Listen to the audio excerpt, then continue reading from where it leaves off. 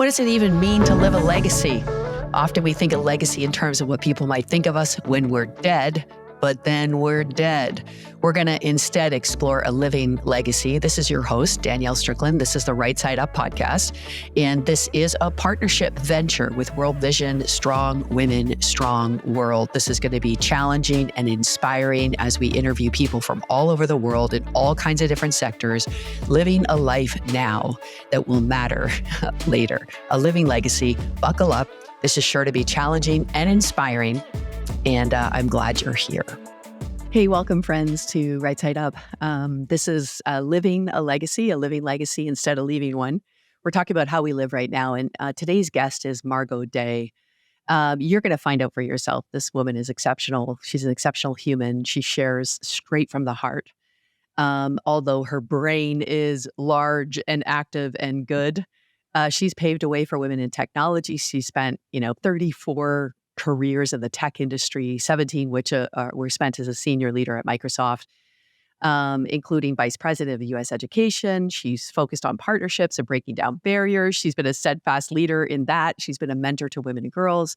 And then you'll hear her explain how her life, had a shift that brought her to the place now where she says she's living her very best life, and kind of leaving it all on the field and spending a life. Now she is dedicating her whole life to eliminating child marriage and female genital mutilation and creating cycles of advocacy and prosperity for women and girls in Kenya. She's a partner with World Vision in that regard. You're going to love her. She's teaching in this. As she's sharing, she's teaching gold nuggets of transformation and a power of living a meaningful life now. So with no further ado, Margot Day. Margot, welcome to the Right Side Up podcast. I'm so glad you're here. It feels great to be here, Diane. Thank you. Yeah, and we made it happen. I feel like no one knows the struggle that we've seen to get this podcast to go, but here we are. And thrilled that you're here and very excited about what you're excited about. Now, I had a chance to meet you in person. We were sitting on a bus together in New York City. And I was thrilled with just talking to you. You're just filled with, life and hope and excitement. And that's not always the case these days. That's hard to find people who still have this deep sense of hope for the world. Tell me a little bit, tell our listeners, what are you passionate about? I'm really, really passionate about having people realize that they are beloved by God. Because when you know that you're loved, it is remarkable then how your world and your worldview can open up and how you can really think about what your role is in the world and how are you going to make a big difference. And so, that's a pretty lofty thing to say. I'm passionate about wanting people to know how they're beloved. So then you think, okay, what does that really mean to you? And so right now, what it really means to me is to help people realize and unlock the potential that they have. And for my philanthropic kind of pursuits, that manifests itself in vulnerable girls and girls who have been dealt cards that say that in their life, they're going to get married when they're 10, 11, 12 years old for the economic gain for a father. And so those things, I just don't think are right. And I think that a girl's life kind of gets, her dreams get snuffed out. And so because I'm so passionate about wanting people to really be able to step into their full potential and have the life that God really wants them to live, I'm passionate about trying to make a difference there. That's beautiful, because I think what you're hitting right at the start here, which is not surprising, is that knowing that you are loved and valuable and worthy and beloved, that you're welcomed and you're known and you have these inherent values inside of you that are good and holy. Yeah. That's the thing behind the thing. Right. So it doesn't matter where, but actually there is this unlocking. I love that term, unlocking. How did this get unlocked in you? I mean, usually we're most passionate about the thing that we've discovered for ourselves, and you kind of just want to naturally share it. What's your own journey of your discovery of your belovedness? I just would say that I don't know a day when I didn't really know God. And we, as a family, we went to church, but church for me was more of a formality. And I just remember being around people my age that had gone through and were going through Young Life and these other kind of exploratory things as young people. And I remember somebody saying to me, Margot, you can love Jesus and Jesus loves you. And it was like my heart exploded because it was what I always kind of really felt in my soul deep down, but to put word to it, really what was so enlightening. And when I really realized for myself that, wow, I'm known by God, He knows me and my every thought, it just began to open up this whole pathway that I've always wanted to explore and see what's possible. And so when I knew that I was loved, kind of like what you were saying, once you know that you're loved, then you can explore those things that really feed your soul, because your soul is in a good place, because your soul knows it's loved. And that's how it started for me. And so I just have had God open up a ton of doors for me in my life, which led me to this technology career that I had for 30 some odd years, and which has enabled me to do what I do now. It has enabled me to learn how to lead people and engage with people, and it also opened up the world for me to say that things that look hard, like the hard business problems or hard issues in the technology context, when you know and understand technology, you can think about how you might address those things. And so you take that and you bring it over into a life purpose that says, why am I living? Why am I here? It's not just to, do cool things with technology, but it's to unlock and help people realize they're beloved and unlock people's potential. Then you start looking at these really intractable issues that you think about that affect women and girls in particular, or children, or people who are living in extreme poverty. And I go, well, I know how to solve these other big problems. Maybe with my faith, we can combine all that, and let's see if we can approach some of these other more difficult things as well.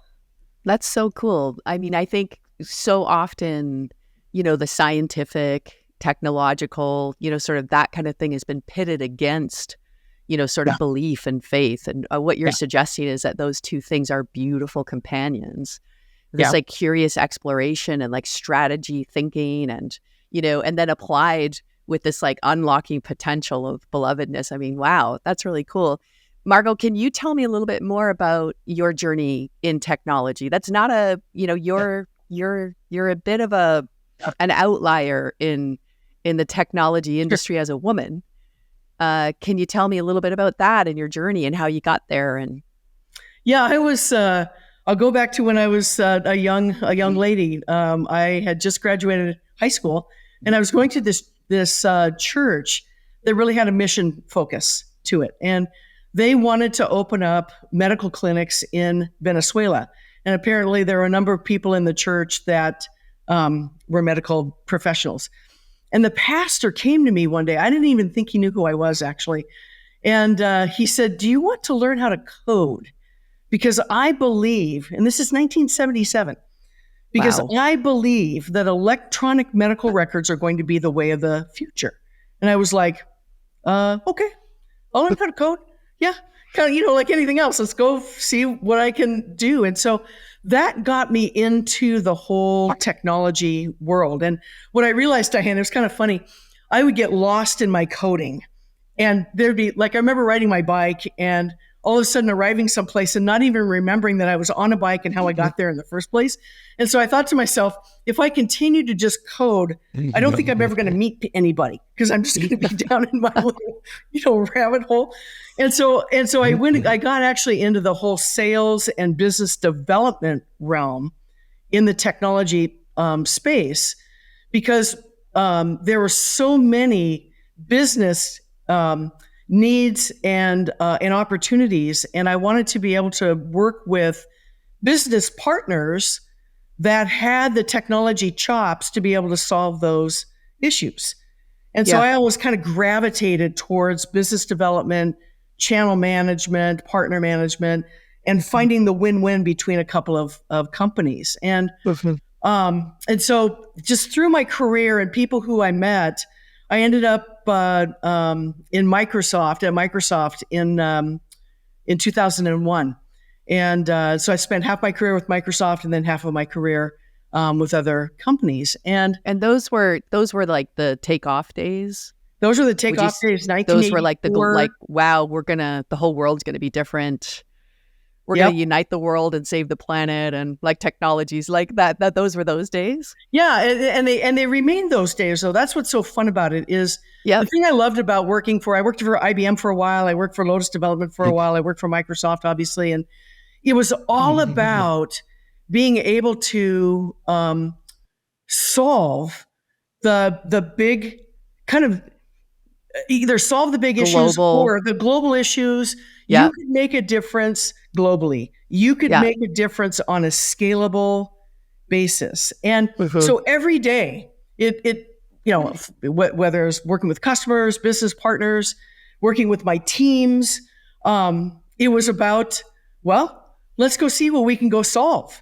But the thing that also, when you think about like my journey, I led rather large teams. And because I have this faith in me and I really I know I'm beloved, I wanted everyone around me, even in the business context, to know that they were beloved, that that they mattered, that I respected them, that I was there to help them as, a coach or a mentor. And it had nothing to do, I couldn't bring in my faith in those conversations, but it is amazing to me how in the secular world, how many things are directly applicable in the faith that we know and love, like living in gratitude and coming from that kind of position versus one that says, oh, woe is me, I'm really bad, or like finding out who you are. I mentored so many people that were on this fast track in technology who had kind of lost who they were. And like, what are you all about? What are your values? What are your goals? What are you passionate about?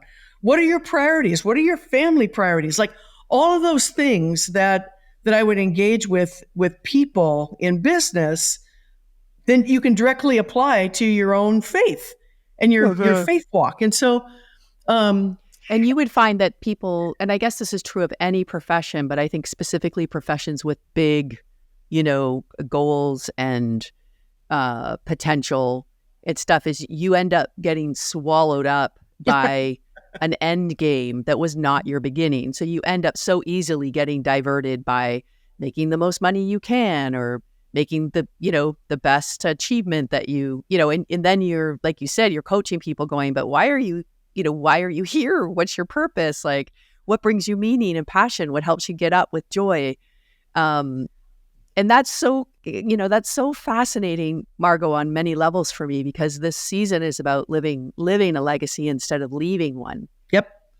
And I feel like in that business world that you're so familiar with, and I love how you're like, I learned, like all this stuff was me learning how to tackle big problems and have an optimistic and, sort of creative solutions mindset and things like that. But I think that idea of like, we get trapped into this thinking that is like, okay, jobs are about making money. And then if I make as much money that like fulfills me and then I have some left over, maybe I'll leave it. And that'll be like me being a good person later. Yeah. Whereas you're saying, no, actually, this thing that whatever it is you're doing, so even the tech industry, is about you seeing this as an opportunity to live a meaningful, purposeful life. Yeah. And that, I think that's a big, I know it feels like a no-brainer when you say it. You're like, well, yeah, of course. But actually people don't do this. They don't live this way. They get easily sidetracked by things that don't matter. What did you find, like even in your coaching and stuff, like what were the signs of that? Or was that ever a temptation for you? And did you make intentional decisions to not go that way? Yeah, well, kind of yes and yes in a variety of different ways. The thing that I'll say about and it's probably true for everybody as you're growing in your career, like sometimes you just feel like I have to show up this way, or else, because inside I'm thinking, I don't know if I can do this or not. So it's the whole imposter syndrome thing. And so I think we as human beings get really good at living in this world that if my image is this, then I'll be okay. But underneath, kind of stirring around in your soul, things are just in dissonance with one another. And that can only exist in a human being for so long. And then something's going to break. And it just could be, quote, I'm burned out. It could be, I'm miserable and I don't know why. It could be like, for me, one day I looked at myself in the mirror and I said, I don't know who you are. And actually, I don't think I like you very well, because I had kind of put a bubble around myself that most people who I talk to that are friends today, colleagues in those days, they had no idea.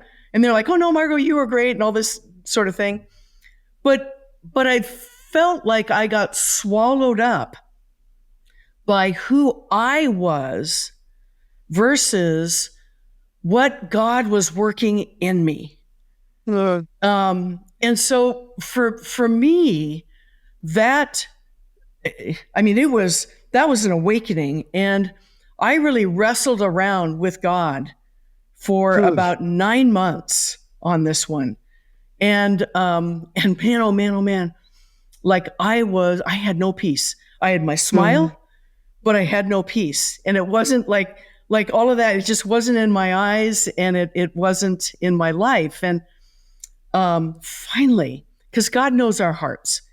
And I kept praying, like, Lord, forgive me, just show me what to do. How do I do this? And, I was feeling like I was too full of myself. And I was feeling like, though, that now I had means that I could do something kind of meaningful. And so that's what we wrestled around with for about 9 months. And finally, one day, Diane, I wasn't even praying, but I heard in my soul, 5 loaves and 2 fish, what you have is enough. And this was in 2009. And I'll tell you what, I had a peace that came over me that was something that, it was like standing in a waterfall and just getting deluged by peace. It was awesome. But I've never felt it like that way. It's like kind of sense. But what I knew was the what you have is enough had somewhat to do with where I was financially. Heading into the Great Recession, kind of scary, all that kind of stuff. But it also had to do with the life path that God had been putting me on. And he had given me skills and experiences, and he was preparing me for a different day. And so that helped me really not become about me anymore. And it became more all about, what is my purpose? What is my place? Why am I here? Let's get really, really clear on those things. And even though I felt like through the course of my career, I had been doing that, but not fully. Yeah. Like I wasn't all And like, also that word of like who you are, what you have is enough, is this direct invitation off of a never enough cycle. yes. Which is, I've read or I listened to this podcast one time of this rabbi breaking down the creation account. This is a bit of a rabbit trail, but I think it might be worthy for people listening and helpful maybe. But where basically God, when he creates everything, when he does the Sabbath, he literally is done creating because it's enough. It's like a Hebrew concept of, he's like, this is very good as it is, it's enough. And then the rabbi said every derivative of sin, like every brokenness, every pursuit that is unworthy, every whatever this is a derivative of not enough. And that like blew my mind, because I think oftentimes we think of like the word sin has been so co-opted to be like bad things we do that God doesn't like, no. But this idea that the brokenness in our hearts and like the trajectory of our lives and this like endless pursuit of never enough, it could even be good things. And that's what I love about, so many of the things that you're saying is even as you give yourself to this beautiful thing that God's invited you to give yourself to, even in Africa, with these like to end child marriage as a purpose. Yeah. That's a beautiful purpose. But you could apply that same principle of like never enough and like trying to make it about you, or you doing the right thing, or you under judgment, or you under fear, or you working out of all these insecurities or whatever, as much as you could in the tech world. So that like insight that like actually you are enough and you have enough. And from that place of abundance and from that place of belovedness, this is where now we start living meaningful lives. Yeah. I think that's a game changer word. Obviously, it changed your trajectory in terms of what you decided to do. Yeah. And that idea of like, it's enough, God's enough, we're enough, you have enough, that, and tuning into that voice, that's a fierce battle. I'm so glad you looked in the mirror, and I'm so glad you didn't just look away in shame or fear, and just carry on pretending. I'm so glad you took the time to wrestle it out and then hear a word that is a divine one that liberated you. Amazing. Yeah, then God puts you in a place. Thank you, and yeah, because when you live authentically, you can breathe. You have everything about how you live is so right. You're not hiding the thing or holding back. You're living in this authenticity of how you are beautifully and wonderfully made, and what that means. And then you can really step into your purpose, and then the resources that you have, including financial, they become secondary. And I think that's where, I love partnering with World Vision and finding them in a way that allowed me to express my desire to show people that people would experience that they are beloved in a non-judgmental way by helping to solve these really hard issues of extreme poverty, and then situations that they find themselves in. And so, like, I think about my life today and the partnering with World Vision and with other people as well. My God, I thought I had a great life before. I really did. Like, family, travel, money, blah. But when my life is like 100 times, maybe even 1,000 times better than it was in 2009, A, because I'm living authentically, B, I feel like my love of God and my knowledge of God in how he actually works in this world, and how, for why he ever called me to step into my purpose. But wow, is that ever a blessing to walk in that? That makes life really rich. And then when you find people like you, or you find other people that are minded the same way, you end up in community with one another. And it really is amazing. And I guess the other thing too, I'll say is, I traveled to World Vision. I traveled to Kenya with World Vision in 2009 when I was like, after wrestling with God, and I was really trying to figure out like what I wanted to do. And they took me to a rescue center for girls.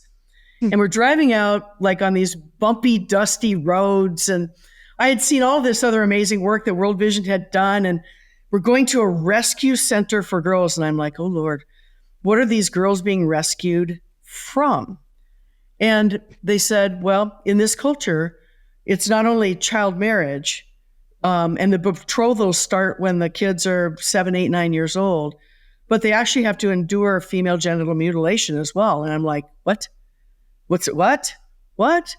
And so we go out to this rescue center, and there's 34 girls there. They're 8, 9, 10, 13, 14 years old. And they start telling me their stories about how they ran away because they didn't want to be married off. They wanted something different for themselves. And the stories were just absolutely harrowing. And then, it's like anything else. When you start talking to people and you look into people's eyes, you feel their humanity, right? And you feel like they're as beloved as I am. And my whole worldview, however I had constructed my life, even though I thought I'd like, yay, here God, here we go. It was like I had this brick wall around myself where I was the person that was going to come in and help. And man, when I heard these stories and when I looked into these young ladies' eyes, I just realized that when I was their age, I would have not had the bravery, the courage to do what these girls had done. And my whole world changed. And it was like this brick wall just broke down. And I thought to myself, I could have been one of those kids, but I wasn't. So, Lord, you put me here. What do you want me to do? And that's how this whole thing started. So we've been listening to Margot, and she's an exceptional human who's given her life over to end female genital mutilation and child marriage in Kenya specifically. And there is a thing called Kenya Big Dream around empowering Kenyan girls to know they are worthy. This dream is big, but it's achievable within our lifetime. This is World Vision's Kenya Big Dream. Okay. And its chief aim is to eliminate female genital mutilation and early child marriage everywhere they work in Kenya. This is a people dedicated to this. This is like dealing deep into root causes of why these things happen and changing people's minds and hearts and practices. It's phenomenal. As a matter of fact, Margot just told you it's worthy of a life. And if you want to join this and support the work that she gives herself to and the work World Vision is doing in Kenya, this is the way to do it, specifically around eliminating and ending the oppression of FGM and early child marriage. So it is worldvision.org, Kenya Big Dream. Okay, worldvision.org/Kenya Big Dream. You'll Google it, you'll find it, and you could be part of a group of people who are audacious enough to believe that we could end these practices in our lifetime. Let's join and actually do this stuff. All right, back to the show. Yeah, it's almost like if you think about being born again as this opportunity to like see the world differently and like know the world differently and know God and know yourself differently. And then you have these more moments like born again. I feel like people think that's one time, but I feel like that one time is just a first time and that there's more of these times that happens. And you're describing this like again moment of connection that's global, of like the walls breaking down between us and them, the idea of you being at the center of the story instead of just one part of the story that's unfolding, of a courage and a bravery and a strength that you need and you're going to get from 12-year-old girls, like those are all like that. I love that. Walls breaking, mind opening, heart, engaged and broken, and then a new way. And so, Margot, when you share that story, I was going to ask you, how did you land on that specific issue as your core? That's how, I guess, huh?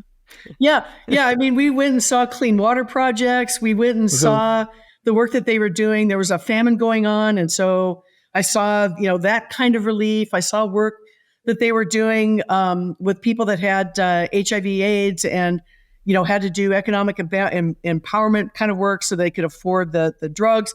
I mean, I saw all of this and my heart was moved. There's no doubt about it. But it was these girls. And then what echoed in my soul was, this is your 5 loaves and 2 fish.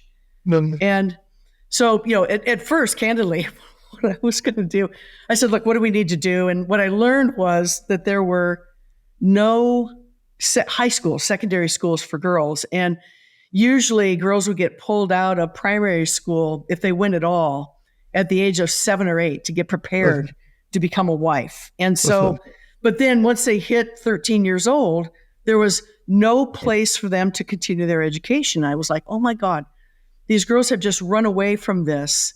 They're at a primary school at a rescue center right now. What's going to happen? Nowhere to go. Oh, what do you do? And I thought, oh my gosh, they're going to die or get whatever it is. They're going to get beaten up or whatever. And so they said, what we really need is a secondary school. And so I was like, okay, what does that cost? What do we need to do?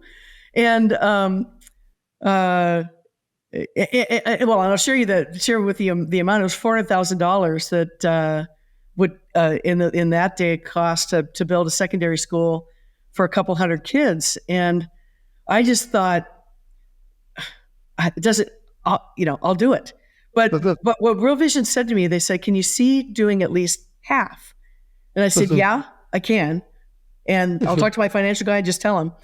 But if I get, I'll figure out if I can do it all. But here's the beauty of all this. And the reason why I'm kind of belaboring this point is when I got back to work, everybody knew that I'd gone on vacation and all this sort of thing. And I'd done a safari too. And everybody's like, how was your time? And I was like, the Lionsgate stuff and the gorillas were great. But let me tell you about these kids. And what that ignited in people was people said, can I help too? Can I help too? And the thing that I began to realize was in my own personal philanthropy, I've always been, up until that point, and even several years into it, I'd always been pretty private about what I do. The Bible says, don't flout this, don't talk about this or that. But what I realized once other people started to get involved and give and see what the progress was and kind of be on this journey, it changed their lives too. And I thought to myself, man, if I don't share where I'm finding a huge source of joy and purpose, then with somebody else, then I might be denying them a life-changing experience for themselves, or even a way for them to begin to go down the path and explore for themselves what is the thing that they're passionate about as well. And so part of this kind of rebirthing that you were describing, or always thinking anew, is challenging old assumptions as well. I better be private about my philanthropy. Or, I need to make sure that I take care of myself, and therefore, that box looks like this, and that box can't be any smaller than that. And not allowing God, not because you're seeking the blessing, but what I find is that the more I give, the more I make. And not only in my own life, but like my investments and the choices that I make in my investments, they grow kind of in an outsized kind of way. And the more I put at his feet in that way, because he's given me the gift of a fairly good brain and a network and stuff like that, then the finances that I have, kind of like the 5 loaves and 2 fish, when you lay it at his feet, those things get multiplied. And you always have enough. And even the whole concept of enough changes, too. So life really becomes really interesting when you can begin to kind of step out in a faith that is scary, that is like kind of like maybe Peter walking on the water. Maybe it feels like that to some people. It did to me. And even realize if you sink a little bit, it's okay. But he's there, right, for you. I love that idea too, like in the story of the loaves and fishes in the scriptures, of course, not only do 5,000 men, so it's probably about 10,000 people get fed, but then there's leftovers. Right.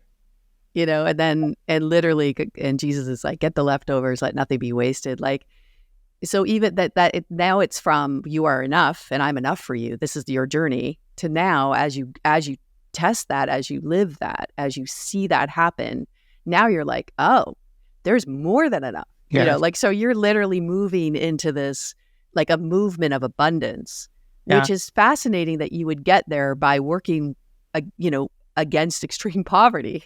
Right. And this is, I think, one of the miracles that is really hard to explain to people when we actually, we're wealthy and we're on, trajectories of abundance in a material sense.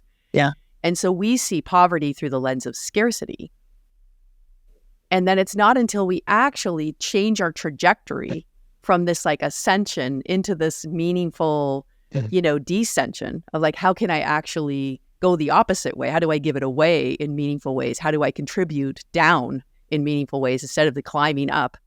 And then it's there that you discover abundance and like true abundance, which is this, it's about money, but it's way more than money. And there are things that you're experiencing that money just never buy. Yeah. And never get you. I also love that reframe of like, tell people about but what you're telling them about is not how great you are. And what you're telling them about is not what they should do. There's not this like, hey, you should really help kids in Africa because you're like selfish or something. What you're telling people about is what you're passionate about. What you're telling people about is what's making you come alive. What you're telling people about is your heart, your heart's desire. And that, that's what people long for. And I want it, and I want them. I want them to, I have a fullness of life that I never dreamed would even be possible. Yeah. And I want everybody to have that or more even, right? And so like, why would I hoard my own experience in that way, if you will? So there's that to it. The other point that I'll also make too is this concept of giving now versus waiting till you die. And it goes back to the 5 loaves and 2 fish. Because not only is it from, like you were saying, the position of abundance, but I also think that those 5 loaves and 2 fish that were the miracle then are still happening today. And the way that I think about even my own financial position, yes, I want to live comfortably. Yes, I would prefer that I can help people versus always having to have people help me. So like, I'm not going to sell everything I have and then like move in with my family or something. That said,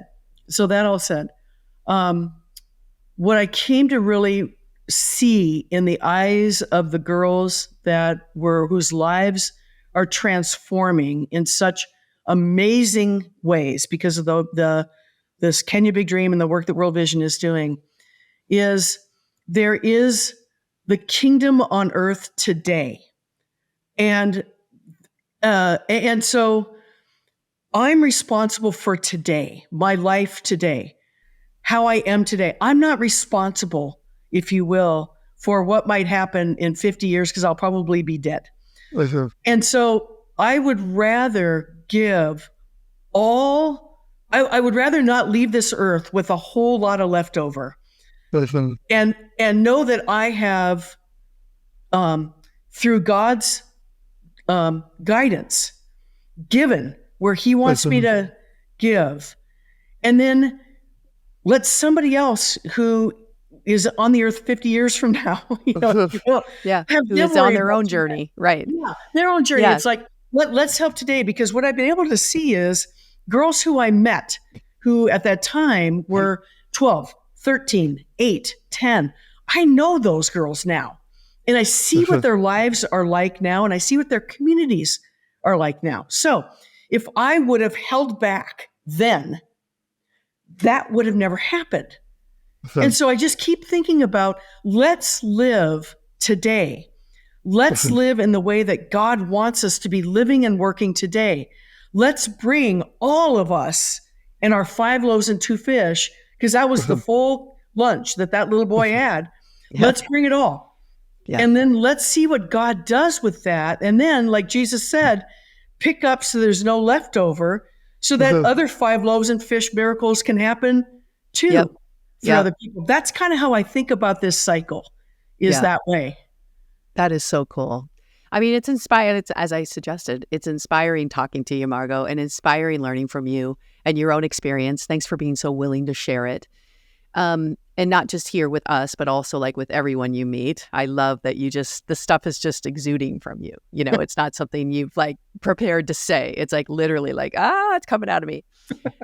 We ask this one question at the end of each podcast, which is, if you could give yourself at a younger age some advice, you know, what would you do it? What would you say to your younger self? Yeah, what I would say is, 1, don't let fear hold you back. 2, nothing in God's economy is small or large. And so bring what you have. So you don't need to wait. Start now. And the 3rd is, always remain authentic to who you are, the identity that God has given you, and walk in that. Wow. Beautiful. Man, I wish I was 25 and just listening to you. I feel like it could have helped me so much. It could have helped me too. Yeah, that's right. That's right. That question is always so tricky because you know, I mean, wisdom and experience is such a great teacher, and you just kind of wish you could. So hopefully people are listening now and you're hearing this and you're thinking, wait, I can do these things. I can pay attention to this. And it might be, you know, it might be a bit of a wrestle to get there, but don't hold back from that. Go ahead, wrestle, and get to a place where you land like Margot, living your best life that you could ever dream, because you're doing what it is you were made to do. And you're doing it out of love and not for love. Right. And that's a beautiful, beautiful thing. Thanks, Margot. Thank you so much.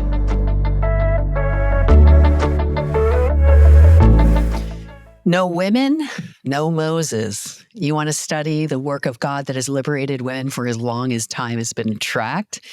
We're going to parallel the women in Moses' world to those in Jesus's and in ours. This is a beautiful study.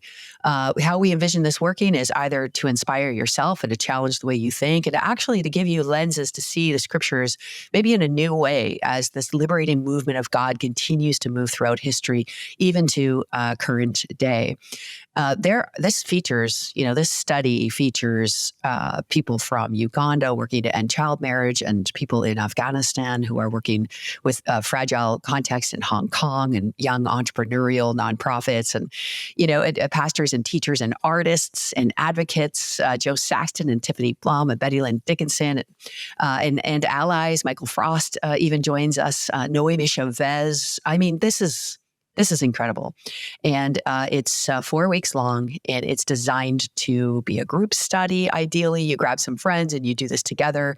If you're looking for a guided version of this, we're going to be releasing dates for a guided cohort that can study this together.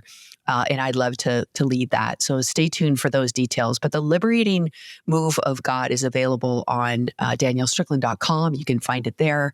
You can also find it on World Vision. This is a partnership, but it's mind-blowing. I could take this course over and over and over and over again, and I helped design it. So there you go.